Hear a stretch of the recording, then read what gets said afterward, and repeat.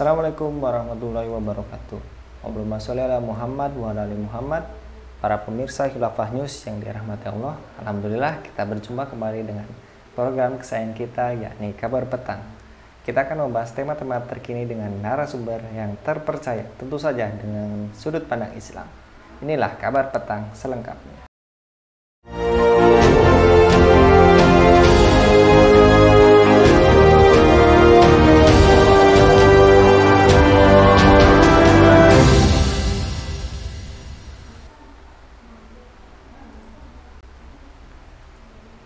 Presiden Joko Widodo dinilai tak netral terkait Pilpres 2024.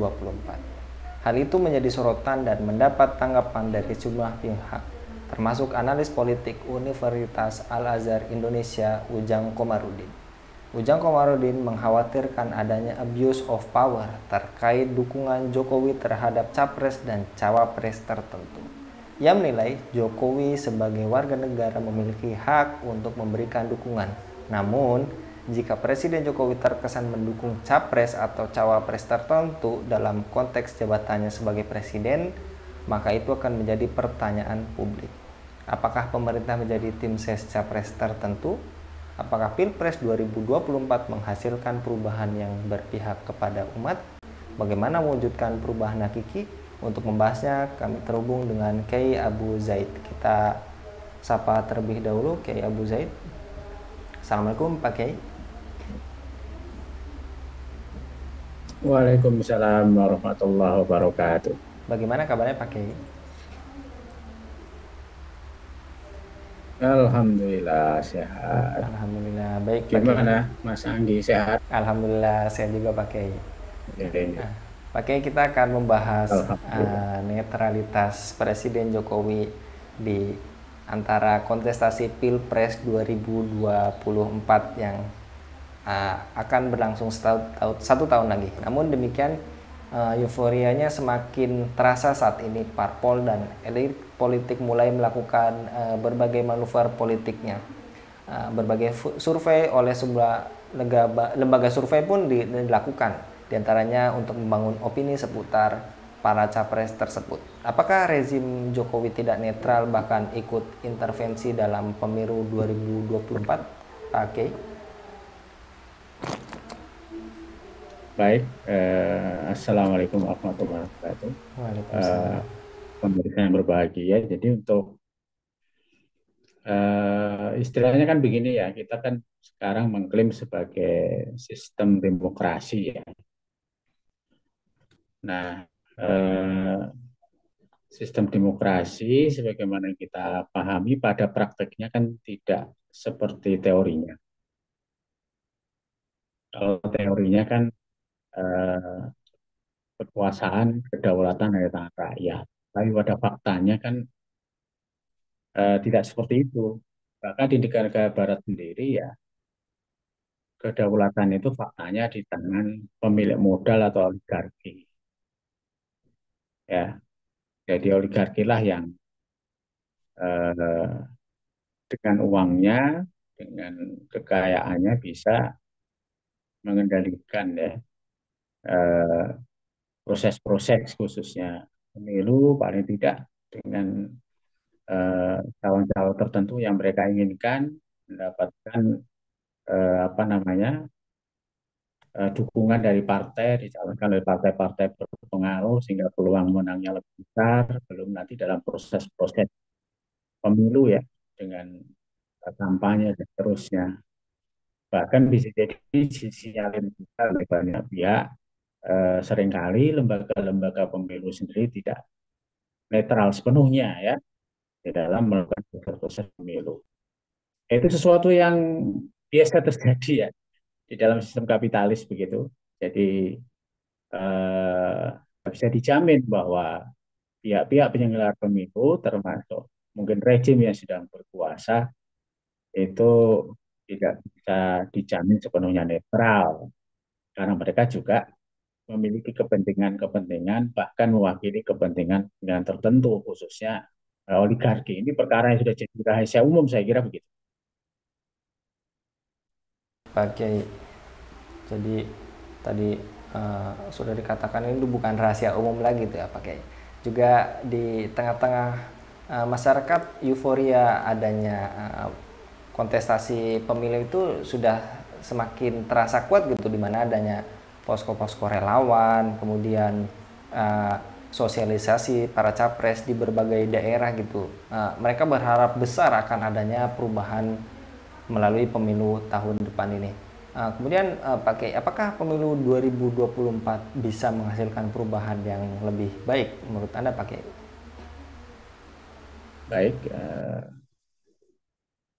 kan kita ini tidak bisa merubahkan atau melakukan perubahan itu tiba-tiba gitu kan nggak bisa ya.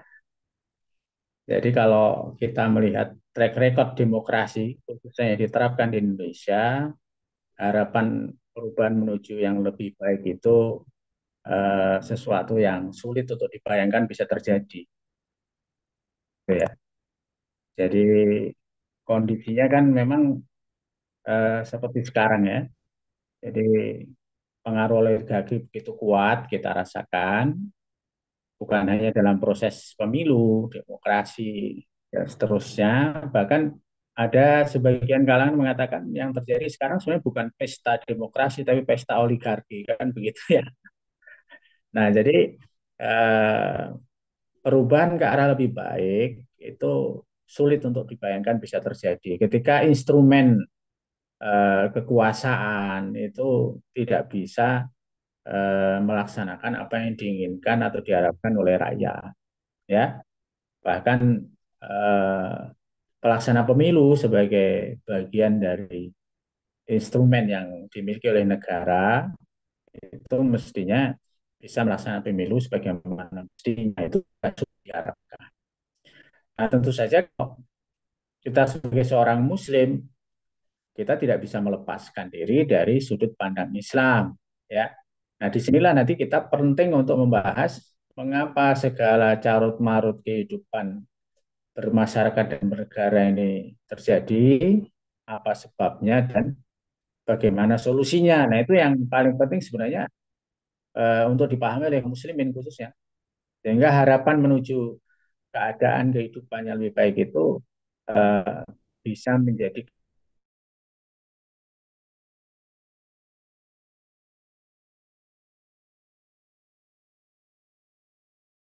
realisasi dari perubahan-perubahan yang diharapkan. Ya mungkin begitu. Baik Pak Kiai, tadi juga sudah disebutkan oleh Pak Kiai terkait carut marut permasalahan di negeri ini. Lantas, apakah penyebab utamanya adalah kepemimpinan Pak Kiai? Iya, kalau kepemimpinan ini kan hasil dari proses-proses yang ada di negeri ini ya, dari sisi proses yang eh, apa namanya, proses-proses politik ya khususnya ya. Jadi pemimpin yang dipilih oleh rakyat negeri ini itu menggambarkan apa yang dipahami oleh rakyat negeri ini. Jadi kalau kepemimpinan itu memang problem utama yang terjadi, tapi itu sebenarnya itu adalah dampak dari cara pandang atau pandangan hidup yang dipahami oleh rakyat negeri ini yang mayoritas kaum muslimin.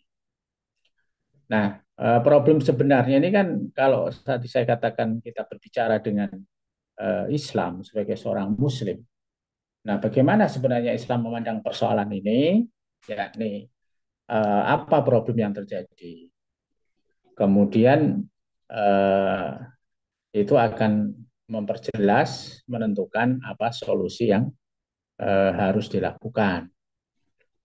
Jadi bukan sekedar masalah pemimpin ya presidennya diganti misalnya kan, atau apa calon-calon yang ada itu di apa istilahnya ada sikap netral ya misalnya dari lembaga pelaksana pemilu atau sikap netral presiden, itu semuanya tidak apa namanya bukan perkara yang eh, mendasar untuk bisa menyelesaikan problem yang dialami oleh negeri ini.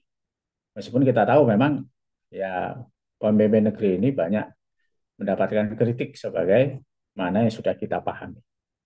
Nah, kalau kembali kepada Islam, karena kita seorang Muslim, Maka carut marut yang terjadi di negeri ini, baik itu ekonomi, politik, sosial, budaya ya, itu bukan sekedar masalah kepemimpinan, tapi itu harus dikembalikan kepada eh, satu kondisi di mana Allah Subhanahu wa taala itu tidak meridhoi kita, ya.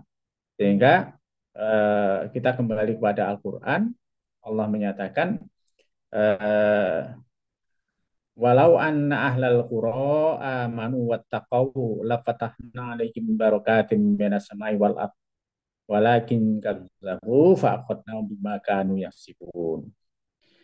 Jadi Allah sendiri sudah menegaskan, dan seandainya penduduk negeri itu apa namanya ahlul qura ya, penduduk benar dan bertakwa, maka pasti Allah akan membukakan barokah dari langit dan bumi. Sementara akan tetapi mereka apa namanya mendustakan ayat-ayat kami, maka kami siksa mereka atas apa yang telah mereka kerjakan.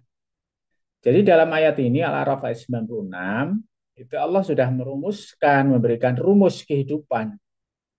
Kalau beriman dan bertakwa artinya beriman, meyakini apa yang harus kita imani, kemudian kita melaksanakan syariat Islam secara kafah, maka yang turun dari langit barokah, yang keluar dari bumi barokah. Tidak akan terjadi carut marut seperti ini. Ya, nah sebaliknya kalau kita mendustakan ayat Allah Subhanahu Wa Taala, yang benar jadi salah, yang salah dibikin benar, yang halal dibikin haram, yang haram dibikin halal, ya syariat nggak dilaksanakan secara kafah, malah ditolak, difitnah syariat itu dan seterusnya, maka kita akan disiksa oleh Allah Subhanahu Wa Taala atas apa yang telah kita kerjakan, ya. Atau kalau dalam surat Ar-Rum ayat 41 juga begitu rumusannya, ya. Zaharal fasadu fil bahri wal bahri bima kasabat nas. Setelah nampak kerusakan di darat dan laut karena ulah tangan manusia, ya kan? Jadi eh, kemudian Allah menegaskan bahwa kerusakan-kerusakan itu adalah agar manusia merasakan sebagian dari akibat apa yang telah mereka kerjakan, la'allahum yarji'un, agar kalian agar mereka kembali ke jalan yang benar. Nah, jadi rumusannya seperti itu. Nah, sekarang kita lihat realitas di negeri ini. Negeri ini mayoritas kaum muslimin, tapi pada faktanya, ya, pada faktanya kita tidak melaksanakan Islam itu secara kafah. Ya, kita memilih-milih Islam, bahkan dalam masalah akidah saja sudah banyak penyimpangan yang terjadi di negeri ini ya. Kemudian maksiat begitu rupa ya, dosa-dosa besar begitu rupa. Bukan hanya riba, bukan hanya zina, bukan hanya syirik. Bahkan kalau kita lihat dosa apa lagi, maksiat jenis apa lagi yang tidak dilakukan di negeri ini. Semuanya sudah dilakukan. Dari yang paling kecil, paling ini, paling besar, paling kecil. Nah, itu semuanya sudah dilakukan. Nah, oleh karena itu Allah kemudian merasakan akibat apa yang telah kita kerjakan agar kita kembali ke jalan yang benar. Jadi sebenarnya ini adalah peringatan keras dari Allah ya, carut marut yang terjadi hari ini. Nah, oleh karena itu rumusannya sudah jelas. Kalau kita mau lihat problem utamanya adalah kita ini tidak taat kepada Allah Subhanahu wa taala. Nah, solusinya adalah kita kembali taat kepada Allah dengan melaksanakan Islam secara kafah. Nah, seperti itu rumusannya, eh, Mas Andi. Ya. Baik, Pak Kiai. Jadi kalau tadi disebutkan Pak Kiai, akar permasalahan dari negeri ini bagi kaum muslim itu karena tidak karena berpaling dari syariat Islam, begitu Pak Kiai. Ya, bukannya syariat kan satu paket tuh akidah sama syariat ya. Misalnya sekarang ini kan diopinikan, diserang, misalnya eh, apa namanya, difitnah gitu kan akidah Islam.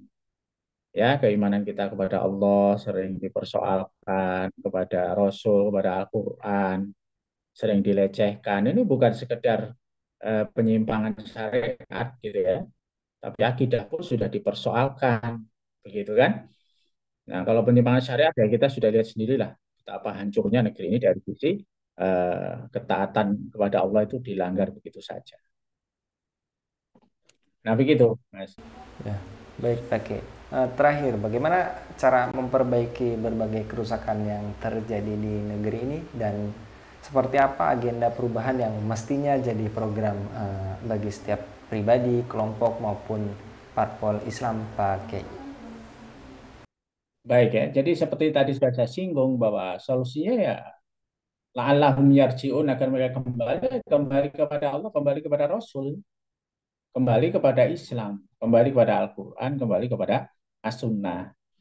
Dan ini perkara yang utama dan paling mendasar, tidak bisa ditawar-tawar. Nah, hanya saja bagaimana supaya kembali kepada Islam ini tidak sekedar menjadi slogan kosong lagi.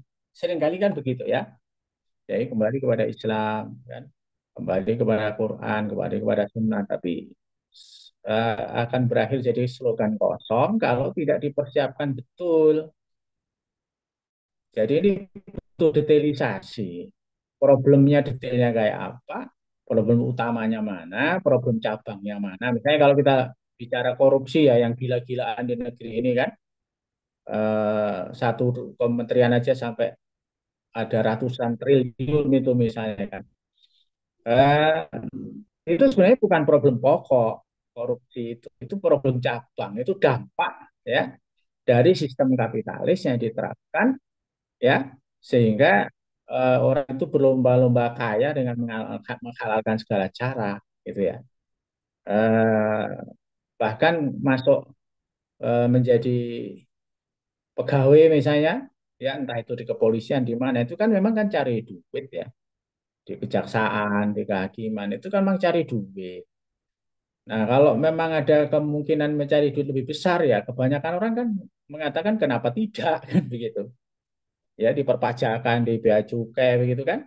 Ya, itu kan tempat-tempat basah lah gitu kan, yang ada di negeri ini. Ya, memang niatnya cari duit sebanyak-banyaknya, kalau ada kesempatan kenapa tidak gitu. Nah, jadi korupsi itu hanya persoalan, salah satu persoalan cabang saja.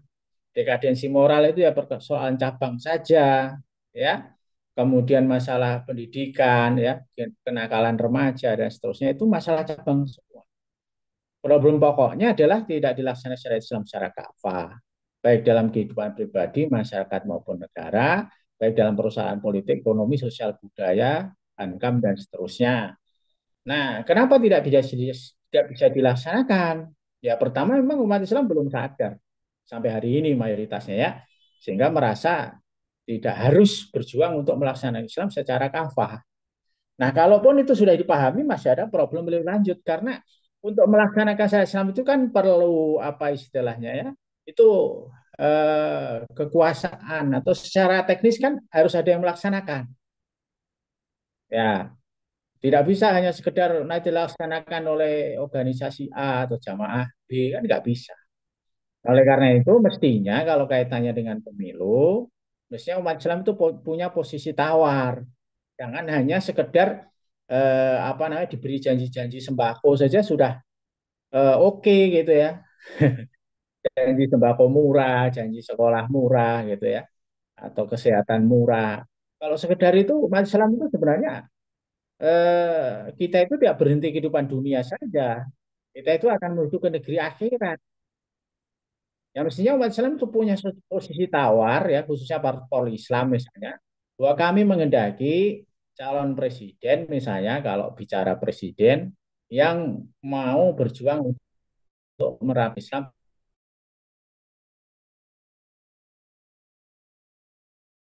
secara kafah. Kalau masih mengikuti demokrasi yang hari ini ada, maka solusi untuk kehidupan lebih baik bagi Indonesia, khususnya kaum muslimin itu masih sangat jauh dan masih belum terbayang sama sekali.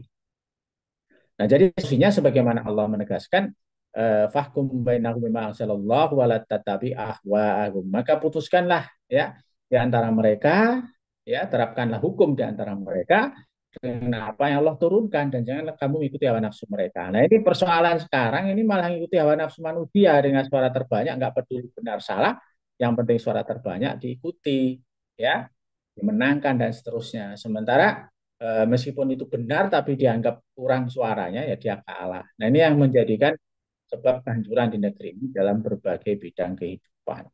Mungkin begitu, Mas. Ya, baik Pak Kiai. Jazakallah atas kesempatannya pada sore hari ini. Mudah-mudahan Pak Kiai beserta keluarga diberikan kesehatan dan dimudahkan dalam setiap aktivitasnya. Amin. Sama. Demikian pemirsa Khilafah News yang dirahmati Allah. Jangan lupa untuk subscribe, share, dan like sebanyak-banyaknya. Semoga menjadi amal kebaikan bagi kita semua, baik di dunia maupun di akhirat. Saya Anggi Suradi beserta aku undur diri untuk kesempatan kali ini. Kita tutup berita kali ini dengan doa kafaratul majelis. Subhanaka Allahumma wa bihamdika asyhadu an la ilaha illa anta astaghfiruka wa atubu ilaik. Wassalamualaikum warahmatullahi wabarakatuh.